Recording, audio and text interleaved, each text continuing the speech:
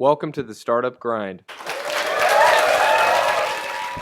Please join me in giving a warm hand to Chet Kanojia.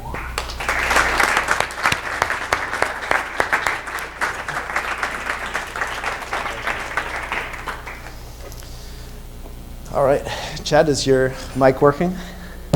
I think so, yeah. All right, awesome. This is not your first time doing Startup Grind. No, it's not, yeah. Yeah. Second or third, I think.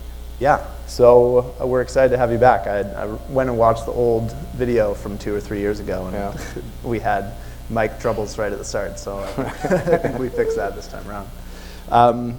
We're really excited to have you. The last time you were on the Startup Grind stage, it was as the founder and CEO of Aereo, and in the last few years, you've been through several ups and downs. I wonder if we can start just with why don't we start with a poll from the audience? How many people have heard of a company called Aereo before? Raise your hands. All right, so half, maybe 2/3. There's been a lot made of everything that Aereo did, but maybe we can just quickly talk about what Aereo was and give a brief background there. Sure. That's why I have bourbon. Aereo was a company that started in 2010, 2011.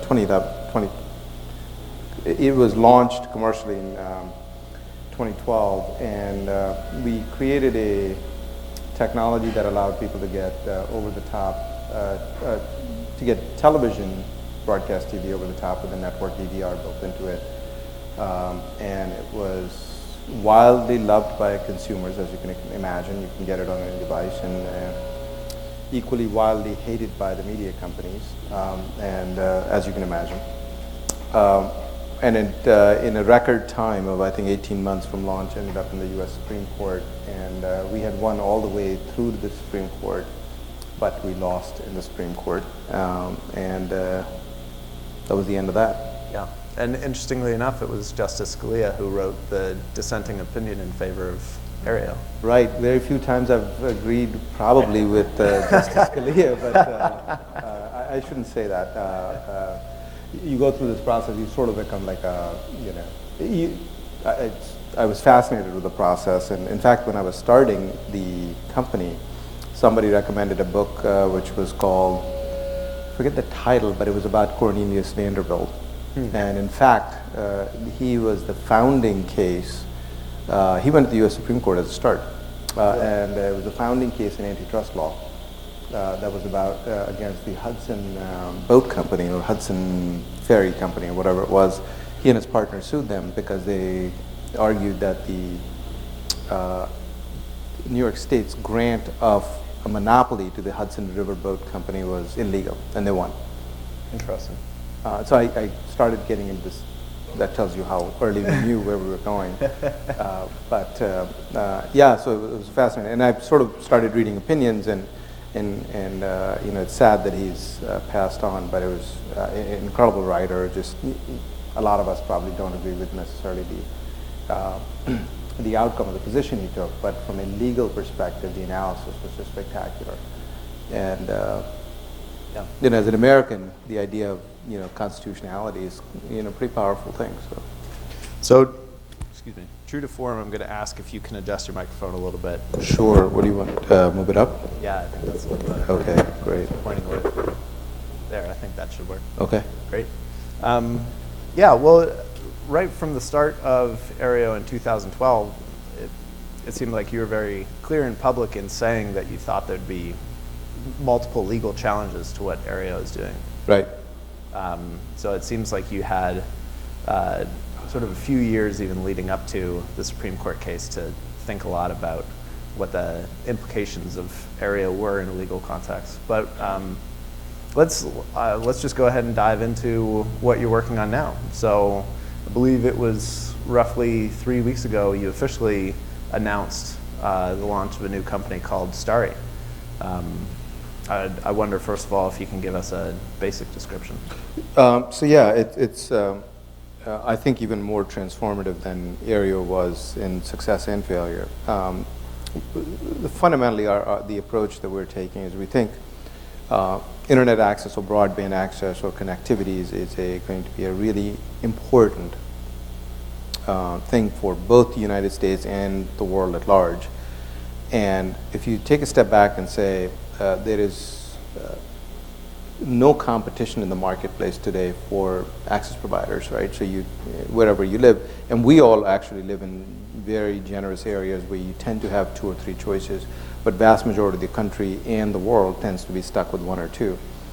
And the big reason behind that is the cost of constructing a network, building a network is just incredible. It's it costs you about $2,000, $2,500 a home to connect a home, and not a whole lot of companies, including Google, have that kind of money to do that. And that's not just a money problem. In addition to that, the time it takes to build these networks is just insane. So the payback period is even further out. So we created a technology that lowers that construction cost using wireless technology, and in particular, ultra high frequency, which is called millimeter wave parts of the spectrum, which are largely unused, to be able to do gigabit level internet access. In addition to that, and this is something that came out of our Aereo experience, where in-home Wi-Fi, in-home connectivity is severely challenged.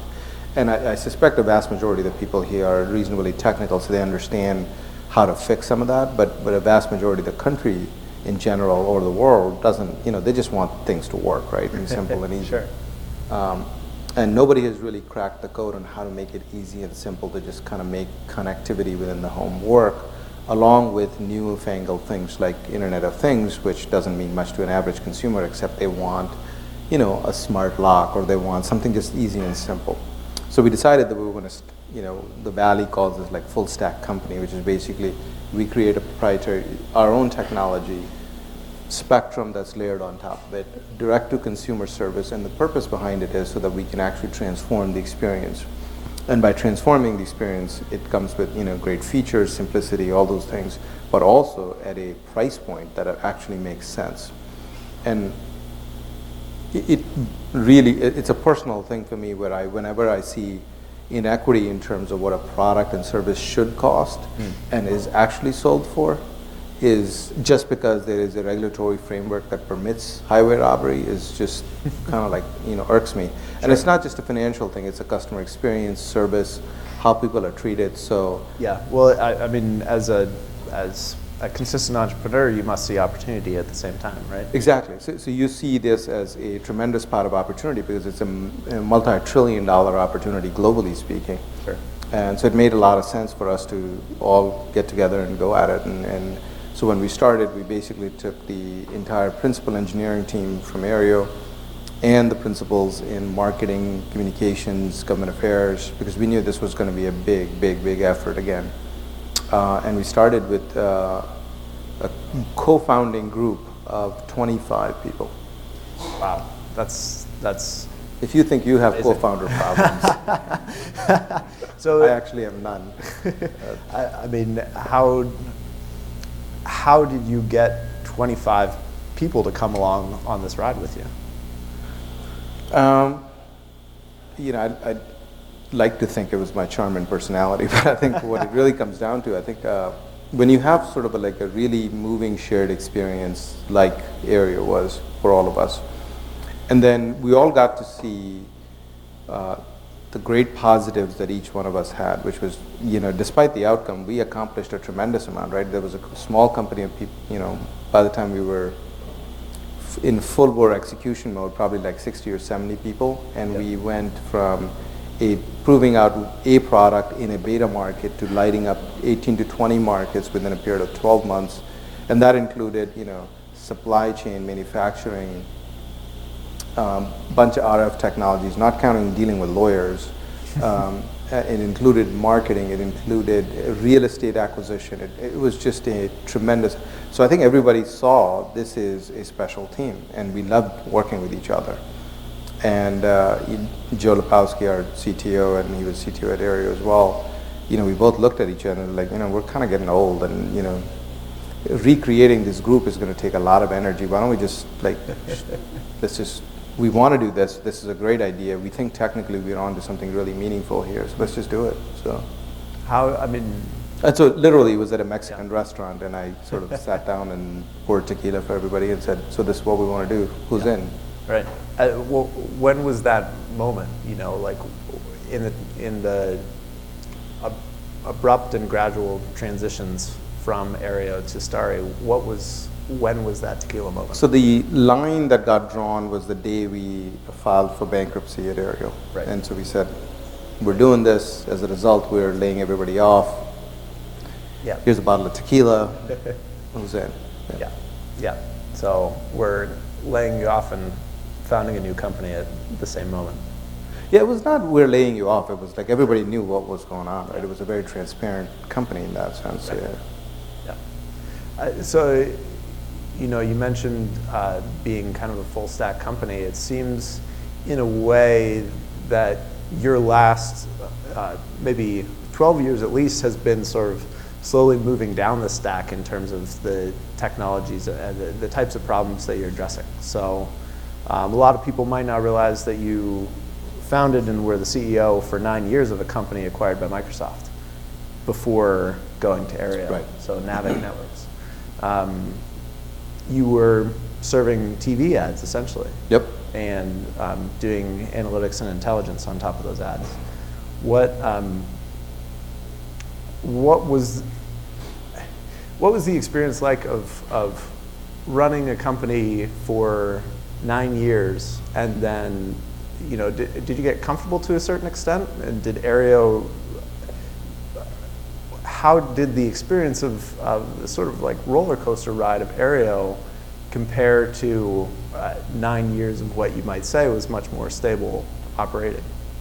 It's never stable. It looks stable, right? So. Sure. 9 years of operations were really interesting because I was very lucky that we started in 2000, and then we raised financing right after the crash, and it was absolute mayhem. But again, I don't know, maybe it's good fortune or good luck or I'm blessed or however you want to put it, but I had great investors, very supportive. I had great employees, and my management team was just excellent, bunch of young people. And we all buckled down. We turned the company cash flow positive from between 2001 and 2004. And then it was just a grind. It was, you count every penny, and we grew cash flow from like, $1 million or $500,000 to like almost 12 million in free cash flow by the time we sold the company. So it looks stable, but you're working the phones for, AP every day, or, and we were in a very strange position. All the way up to 2007, we effectively had 4 customers. They were very large customers, multi-million-dollar accounts on an annualized basis. Every year, it was like, $30 million account here or $10 million account here. So, if one of those 4 people woke up on the wrong side of the bed, you were screwed. Sure. So you had to be on pins and needles, just praying every day that the phone doesn't ring with that, Stamford, Connecticut area code, right? Because that was like Time Warner Cable's headquarters at that point. Because you knew if corporate was calling, something really bad was going to go on, right? So, right. So no, it's never. It was different, but it's never. It appears, great. You're making a bunch, and I have close friends that run larger companies that generate, $200 million in free cash flow, and they're exact same problems, right? And it's like. Sure. HR nightmare day one, or lawyer XYZ. It's just it almost sort of felt like when I was standing there when you were doing a show of hands. It felt like an AA meeting, right? who's here in recovery? But yeah, that's what we all sign up for. Sure. Hence your name. The startup grind. Yeah, absolutely. How many were there people at Navic that have sort of stayed with you through Aereo and now Starry? Yeah, multiple. Yeah. Okay. Yep. Neat. Is that, do you think that's core to actually, like one of the biggest unspoken things about working with startups and starting new companies is the people and building a team around you that you trust and that can move all in the same direction at the same time. Do you feel like having that consistency through all these different companies has been an advantage? Do you think that it's, do you think that Aereo would be pretty similar? Do you think Starry would be pretty similar if there was a little more turnover? It's never 100% the same group, right? Because it sounds a little callous, but you cull the herd in some ways, right? As you move to the next one, or some people of the herd decide that they don't want to deal with you anymore, and you're too intense, or you're too this or too that or whatever. All probably appropriate interpretations on their side too. So new blood always comes in, and Aereo, definitely there was a ton of new blood, including our CTO Joe, and he's sort of like one of my closest relationships, if you will. I call him Sunshine Joe because nothing ever bothers this guy. He's just incredible. He's an amazing. I mean, he's probably top 10 in the world or top 5 in the world in terms of his technical expertise in the areas that he's focused on. And then every time there's a set of new people that are contributing ideas. I think the biggest challenge is more of the sort of what I'll call the lead founder's problem, which is how do you not make it about your idea, and how do you sort of get out of the way to let others flourish and lead, and it's not that you're not wanting to or you're not well intentioned. Habitually, you're just you're alpha dude or alpha dudette, whatever it is, right? You're sort of focused on making sure this is mine, or I want to do this. But it's great when you step out. And I had sort of a moment this past couple of weeks where there were a few aspects of the company that I was absolutely not involved in that turned out fabulous as from a launch perspective. And it was like a great moment of recognition, or just like hitting myself on the head and like, dude, you got to pay attention to this, Right. Get great people, provide them all the tools, resources, focus, direction, and get out of the way a little bit. So. Yeah. You think it's a balance of exerting control versus producing freedom, or do you think, how would you actually, if you could translate that into something a little more general for people who might be starting a company for the first time, where do you draw that line, or where do you find So how many balance? people actually in their business use a strategy? Yeah, you should all wipe that slate clean, absolutely. There is no strategy. So there's just none. I've had at least half a bourbon, so I'll say this out loud. So the Mongols had this great philosophy, which was Genghis Khan's approach. I don't know if this is true or not. It's like a random bunch of fictional books that I've read that have inspired this comment, which is the only strategy they had was kill. We know how to kill. The rest, everything is how to get high ground, right? Tactics matter. That's the best thing you can ever do, is get better at what you do today. So that's kind of how I tend to approach this, is don't overthink it. Don't, you have your true north. You set yourself up, you say, I want to provide the best X product, or I want to do the best X this, whatever is floating your boat. Right. But beyond that, don't. So why provide internet? Why, was there specific technical expertise that you built with Aereo that you felt was aligned here, or where did that fundamental seed come from? Because it's a huge thing to tackle. You could argue it's you're taking on incumbents that may even be an order of magnitude bigger than the companies that sued you for Aereo. So why tackle? It's a great business. Very simply, it's just an awesome business. Yeah. And if you can figure out in an awesome business to enter it without the legacy cost structure and provide an excellent product that lines up with or beats consumers' expectations, and you can then export that idea globally, I don't know where else you'd get that, right? It's probably the legal form of selling heroin. It really is.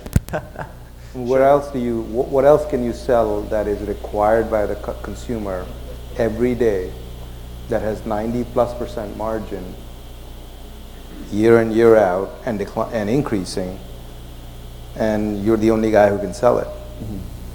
Well, doesn't get any better than that. Right.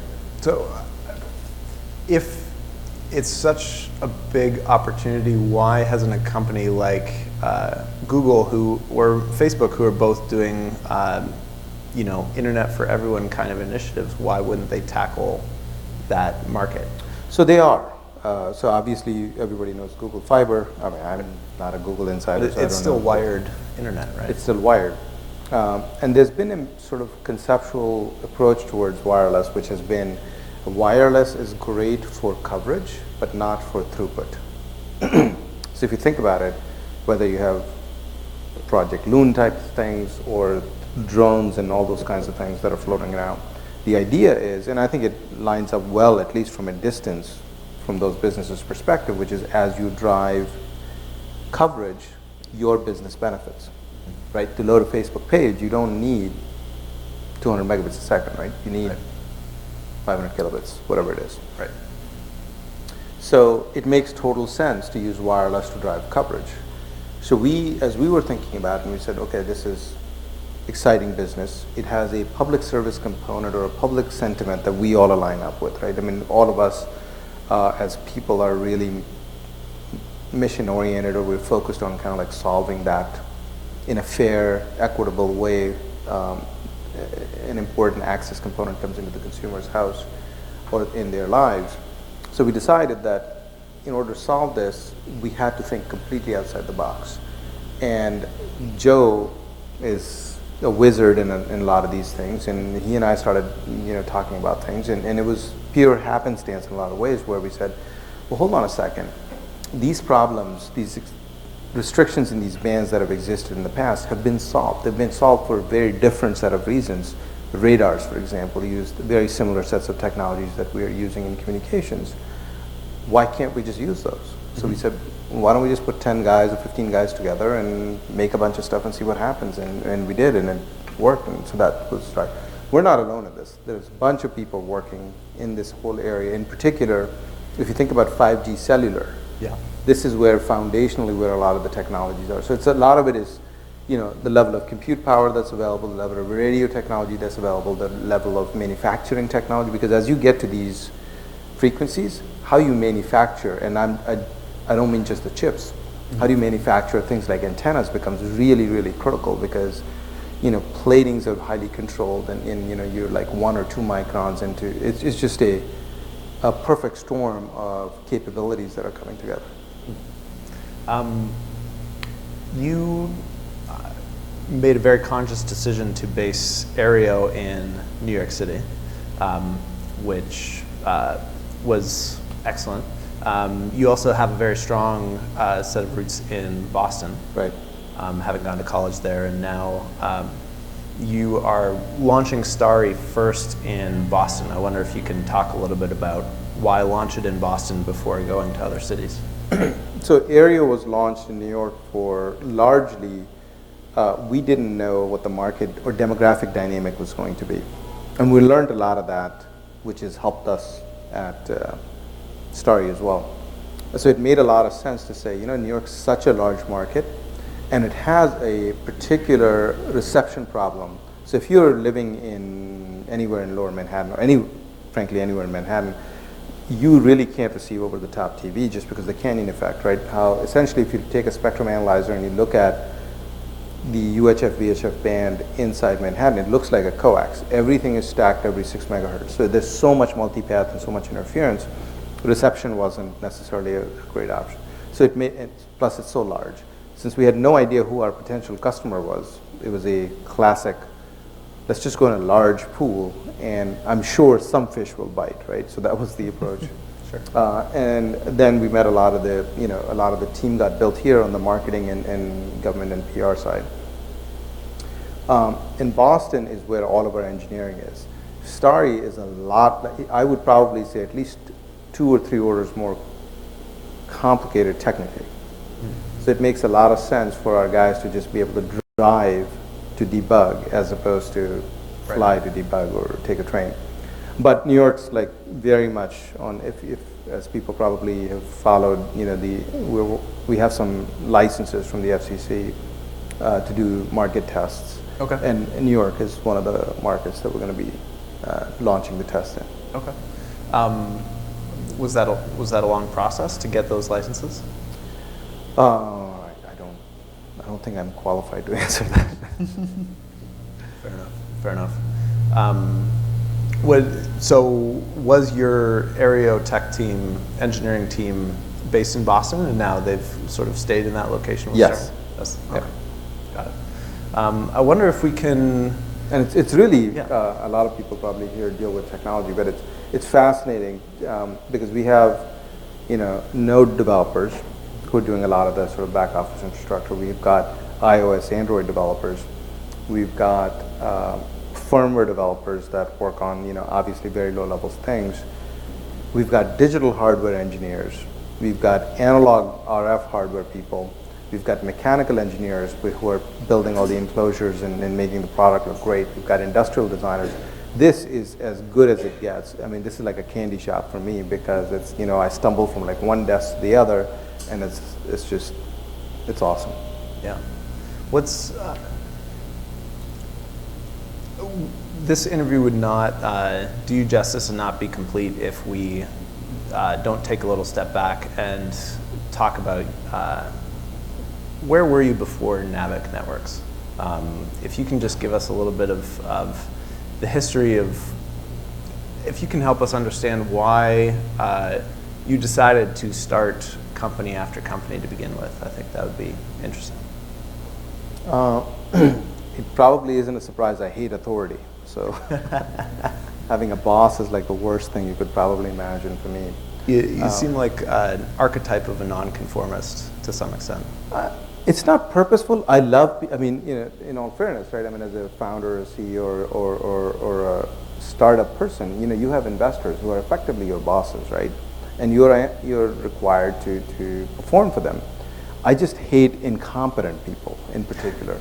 I just don't suffer fools well. And I realized that very early on that, I was probably going to get fired and I was going to be this disgruntled mid-level or low-level, engineer somewhere and just be mad at the world. And that was probably a realization I had when I was probably 20 or something like that.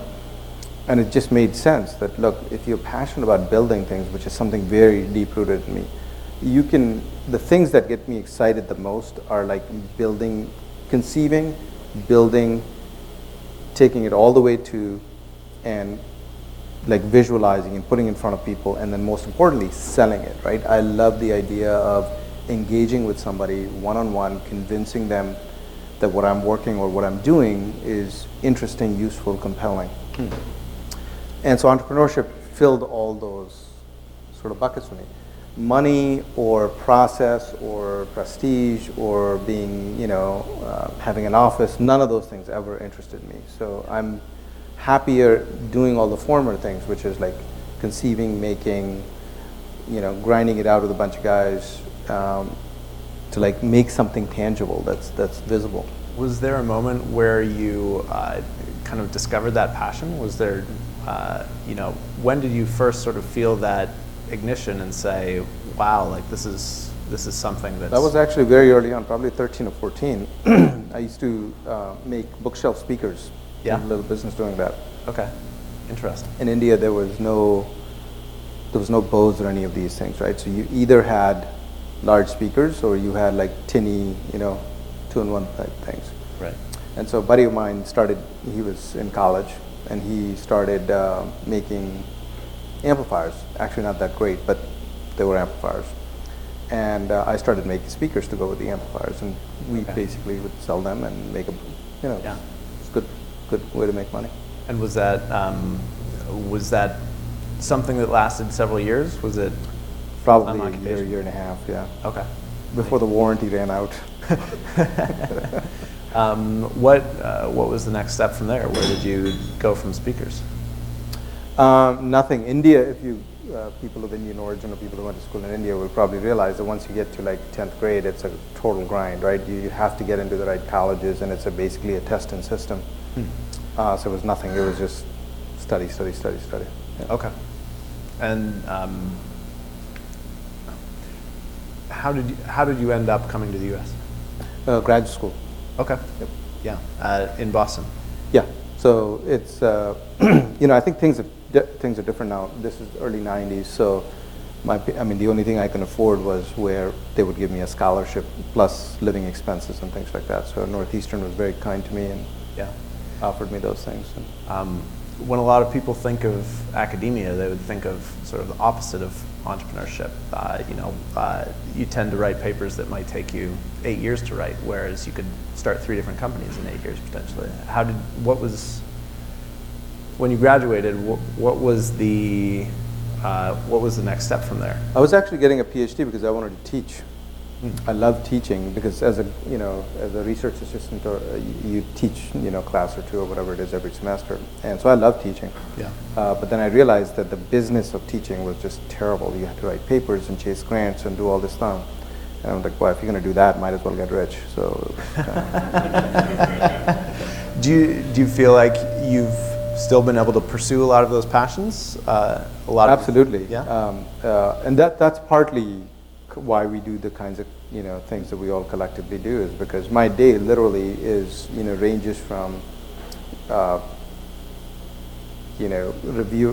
morning calls, which tend to be 2 or 3 hours starting at like 6 a.m., which are dealing with as issues as varied as antenna design, or how we're going to make something, or manufacturability of certain things, to consumer experience and what's going to work and what's not going to work, to regulatory strategy, it's just so I think in some ways it sort of fuels my ADD or inability to focus.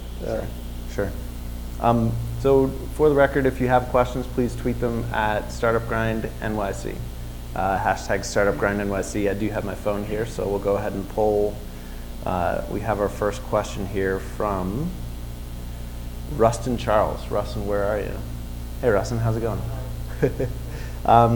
So Rustin has a particular question. You stated you had no idea who your potential customer was. I assume this is for Aereo? For Starry? All of the above, yeah. So you stated you had no idea who your potential customer was. How do you market a product without knowing that? So, a friend of mine sort of taught me that you can create your own set of categories, and then nobody else can play your game except yourself, and then everybody else has to come and compete with you. So you define the experience. At least this is how we tend to do things. When we started Aereo, everybody said, well, broadcast TV, who knows about broadcast TV anyways, who cares? Although 70% of the viewership happens to be on broadcast TV. So we redefined the category, created a completely new way of sort of positioning it, and then marketed that position, and which effectively led to lots and lots, hundreds of thousands of consumers that came. So that's how I tend to think about it. It's like, if you're going to play somebody else's game, it doesn't really matter. Who do you know? The best person you know is you and your team. So take an intersection set of you and your team's, personality, in terms of what do you like about the product that you're building, why are you building it, create that as a category, and then just market that sensibility as opposed to worrying about who these people are, where to find them, where not to find them.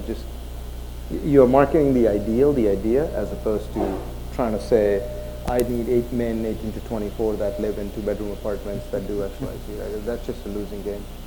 Well, That's Coca-Cola. I suppose when you have a mass consumer product, you have a little more leeway to sort of put it out to a broad audience and see what comes back to you.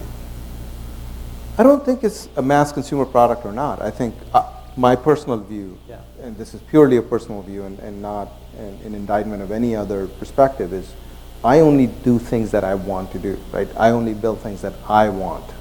I don't build something that I think you might want, but I don't necessarily want. Yeah. So you're an anti-politician in a sense. You aren't going out and taking a poll to see, what people are asking that's for. What's incredibly wrong with the entire system today, right? It just, I know it sort of sounds like a broken record, but Apple does that, right? And I think a lot of companies do that to some extent. Sometimes works, sometimes it doesn't work, but I don't know what else to base it on. If you're a gamer, this is the kind of game I want to build and I want to play, so I'm going to make that game. And I'm betting on the fact that I'm not the only human being in this world that likes this. Marketing to yourself. Effectively, right? You're marketing to your sensibility of saying, like, these are the things that appeal to me. Do you think, So when you first put something out there, Which is a terrible thing to say to an investor, by the way. It's awful. I have no answer. Most of the investors are like, they went to an MBA school and they have all the data charts and this and that, which is all like hindsight, right? Because it's so easy to detect signal out of noise in retrospect. How do you forecast that? I think it's made up. well, what story did you tell to investors with Starry after the very public experience of Aereo? I mean, you can choose not to answer the question, but No, I'm happy to, because a good number of you will hopefully never go to the Supreme Court, but will likely fail, which is part of the process. It is what it is, right? And I don't mean that in a glorifying way, that it's great to fail and we'll restart. No, it sucks to fail, but but it's just statistically what ends up happening. Now I will sound like a politician because it comes down to your record, right? If all your investors, they're all intelligent people, they're all looking for interesting deals, right? That's just what it is. What they're really looking for is not how good or bad the idea is. This is, again, a personal view of mine. But really, can you get done what you say you're going to get done? Because beyond that, do you have the ability to recognize market signals that are coming? Do you have the ability to optimize against the market signals that are coming? And can you get it done? right. And I think I didn't have to ask or make this case. All of my investors said, you hit every milestone. That may largely because I've had milestones, but that's a separate thing. So we have another question from Ryan Sommer. Ryan, how's it going? Good. His question is, he's curious to hear more of your thoughts on Loon, internet.org versus more altruistic plays like OuterNet or OneWeb. Loon. So Project Loon Project is Loon. Google's. How do you see the internet coming to the developing world? Do you think that companies like Facebook and Google are required for that, or do you see innovation and hope for more sort of altruistic and non-incentives It's a. So to quickly repeat for the audience, you're essentially saying that Google's Project Loon and Facebook have some bias because they're coming from these private companies. Correct. Is there a hope that there's more altruistic opportunity for the third world to get internet? I actually, and this is again a personal view. I don't own any shares in Facebook or Google or any of those things. I'm not related to any of these. I actually do think that they come from the right place in heart. I understand there's a policy issue in those things. This is sort of the sad nature of the world that we live in, right? That the governments who tax people are incapable of spending on basic things and deploying capital in the appropriate way and getting it done, and be it healthcare. So the question, then you take a step back and you say the Gates Foundation essentially single-handedly taking on malaria throughout vast portions of Africa, the African subcontinent and the Indian subcontinent, has made a tremendous dent. Is that altruistic? Okay, just because it's called a foundation doesn't necessarily mean that's a private individual that's essentially doing this, remarkable work. So until governments do this, I think people with means will always be incented for right and wrong reasons. I just don't see a system emerging in which governments are doing anything. It's disappointing, it's disheartening, but I don't see what the end is, right? I think there are some exciting things in Europe that have happened. I think some parts of Yugoslavia and those countries, the Baltic countries have done some stuff. Japan, Korea are great examples where broadband access is almost universal. I think people in Italy are struggling with, like, are we going to dig up streets of ancient Rome to lay fiber or not?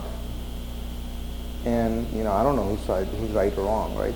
It's would you want 2,000-year-old architecture or do you want faster internet?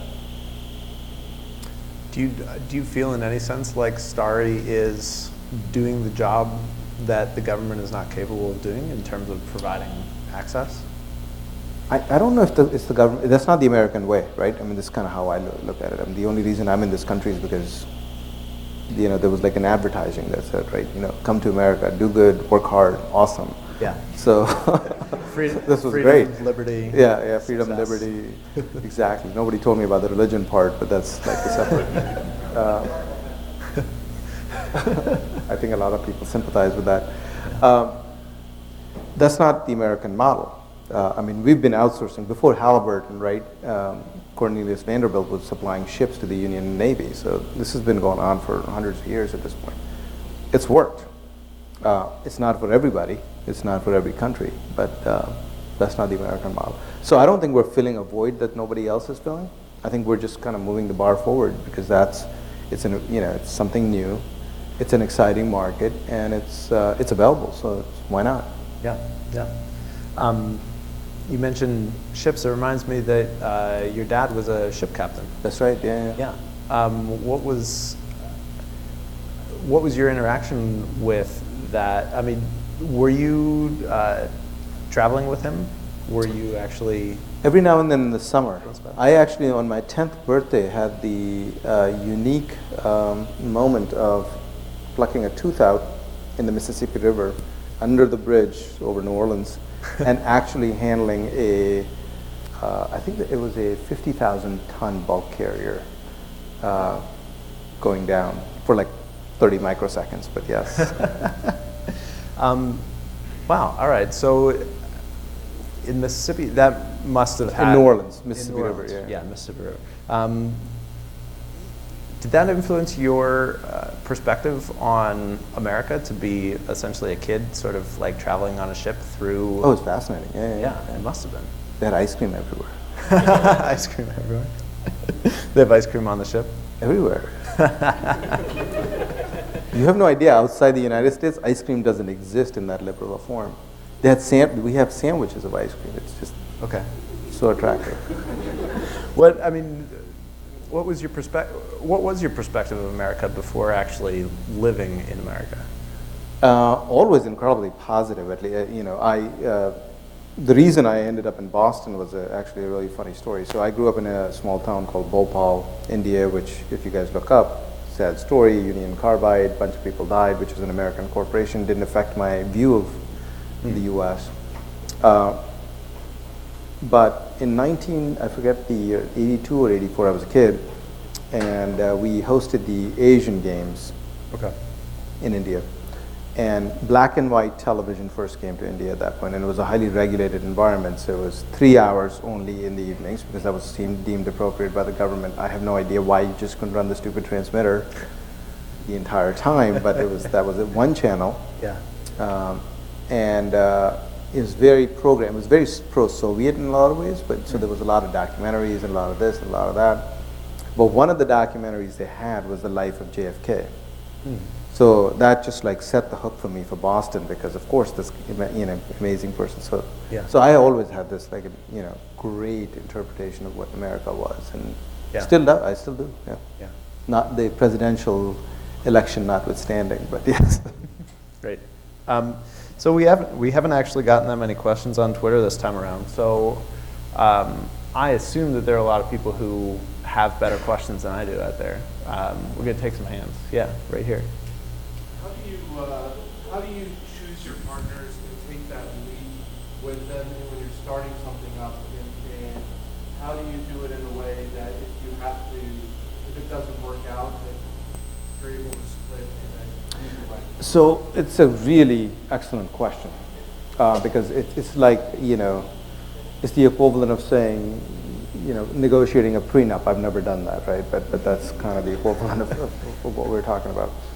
I've had the good and bad fortune of having picked partners who, and I'll tell you emotionally kind of how when you're young and whenever you are, the excitement of starting a company is so profound because it's finally what you wanted to do, right? Or getting together with people.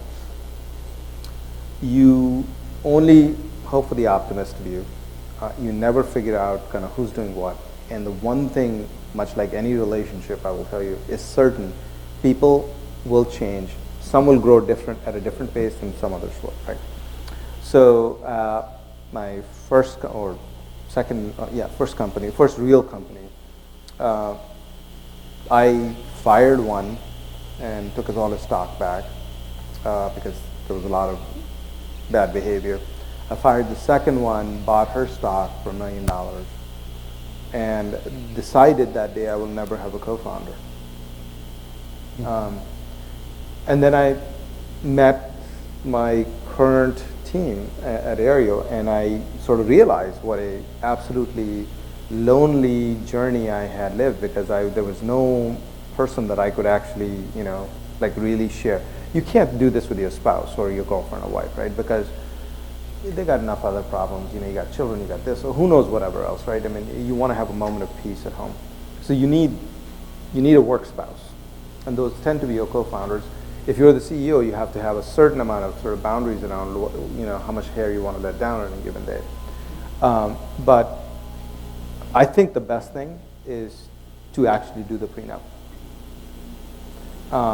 It's a tough conversation, and I think that conversation will probably tell you if you want to be in bed with this person or not.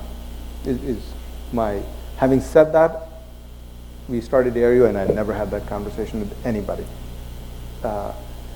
Because I think I felt like I'd already seen these people in the line of fire. I had seen these people with battle lines drawn. It's not a luxury most people have, right? It's not.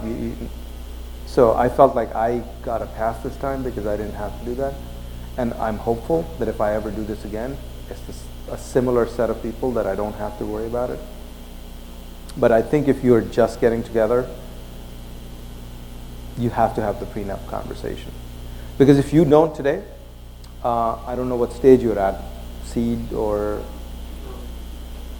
the first seed investor that'll come in will put that in.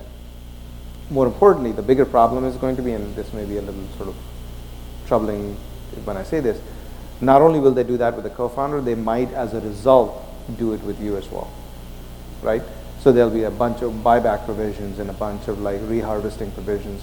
I mean, I know a bunch of VCs that actually have a index in their deck for their LPs that say, this is the amount of founder equity we harvested, right? I mean, this is the level of stupidity that goes around. So you have to be cautious about that.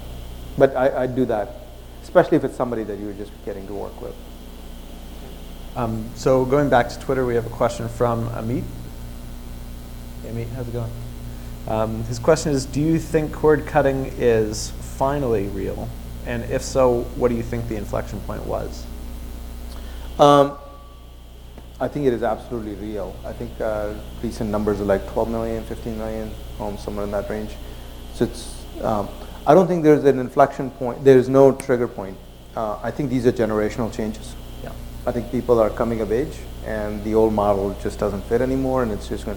I would love to sit here and say, we had something to do with it, and I think we probably caused a lot of, hubbub in the press, but I think it's a generational change. So your Starry's customer is most likely the Bernie Sanders generation, sort of young liberal person. The problem is like, who's going to pay the bill? Government? I don't know. Right. Yeah. Let's take a question from the back. Hi, my name is Micah Brown.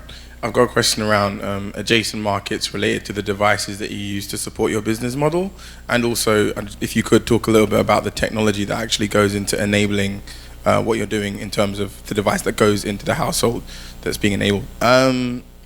Is there a supply chain problem in terms of the specific types of hardware that are used to enable you to do what you're doing? You talked about antennas and microsecond delays and some of these things in relation to the type of materials that go into the hardware that you're using. And if there is there an adjacent market there? Is that like a whole area of business that's going to change as kind of the materials that are used change over the next couple of years? All right, that was a few questions.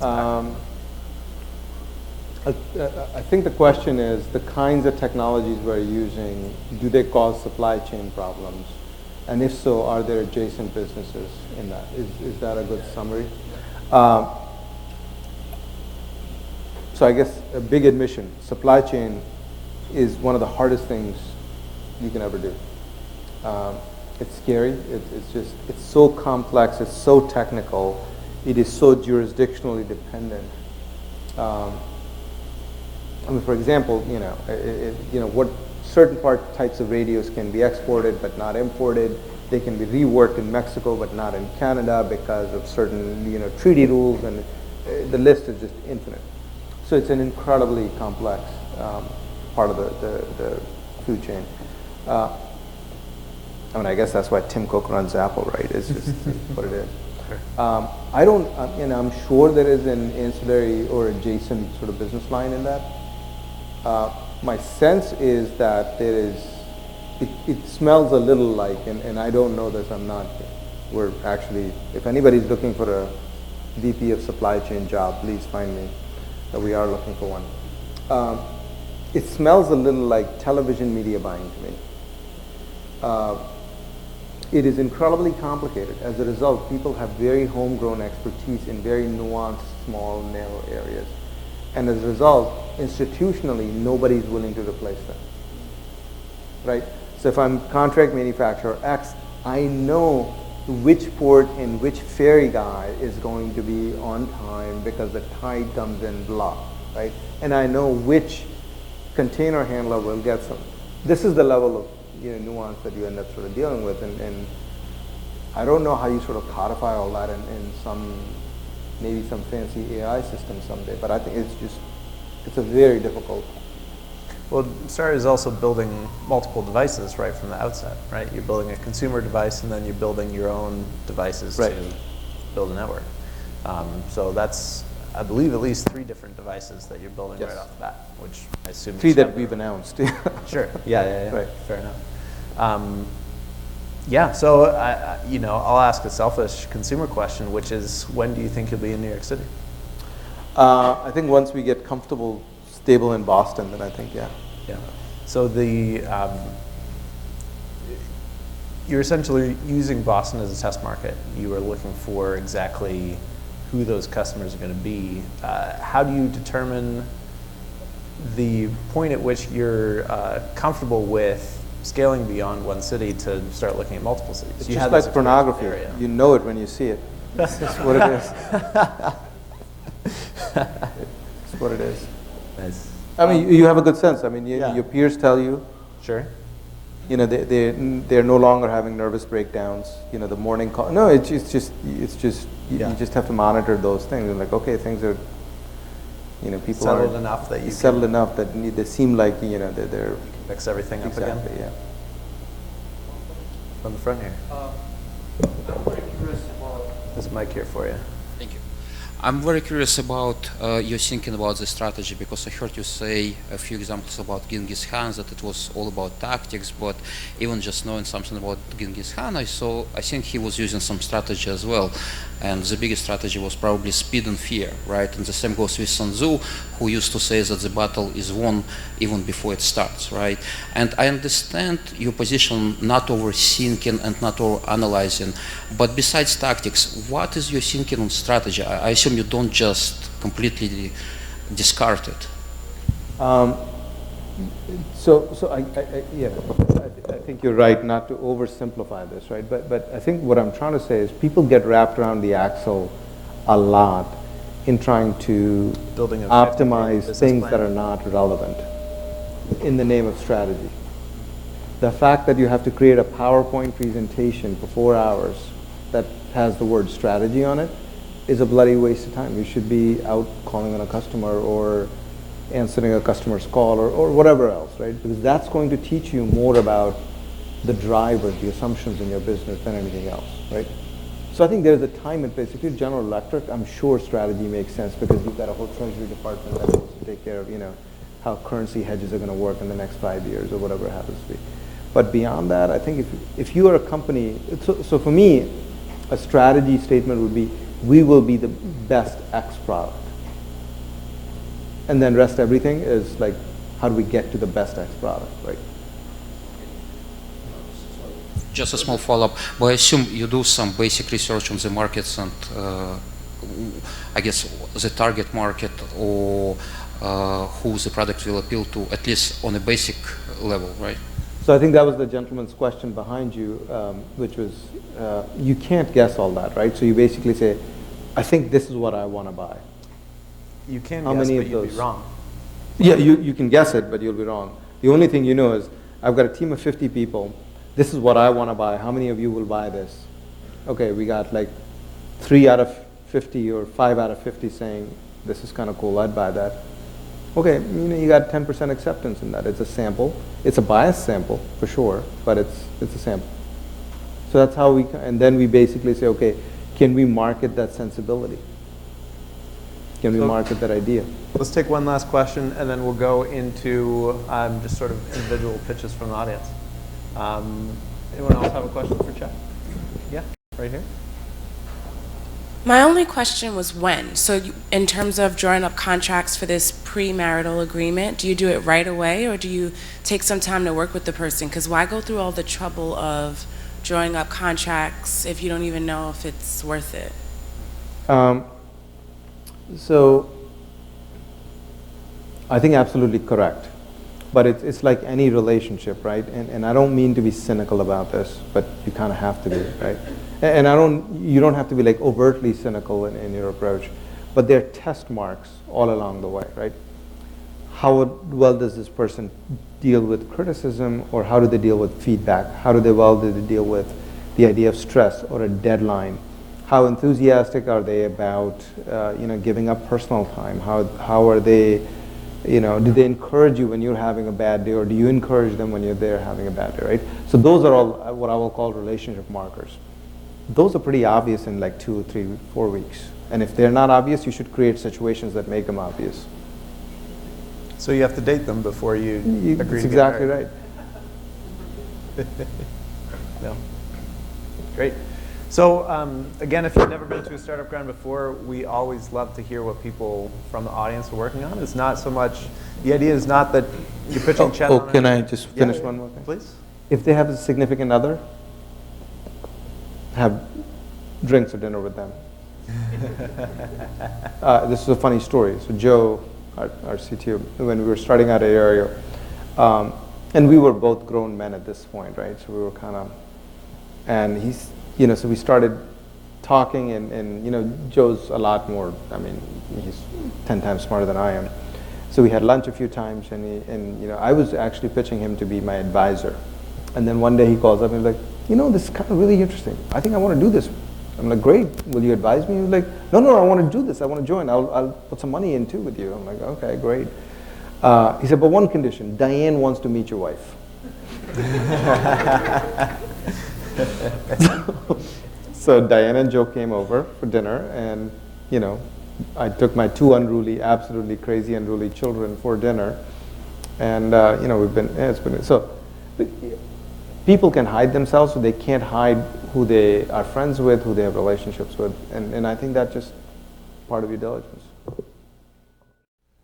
So unfortunately, that's all the time we have. We do have plenty of time for you to stick around, though. We're going to be here until at least 9:30, I think. So feel free to grab another beer from the fridge, stick around, meet the people around you, say hi.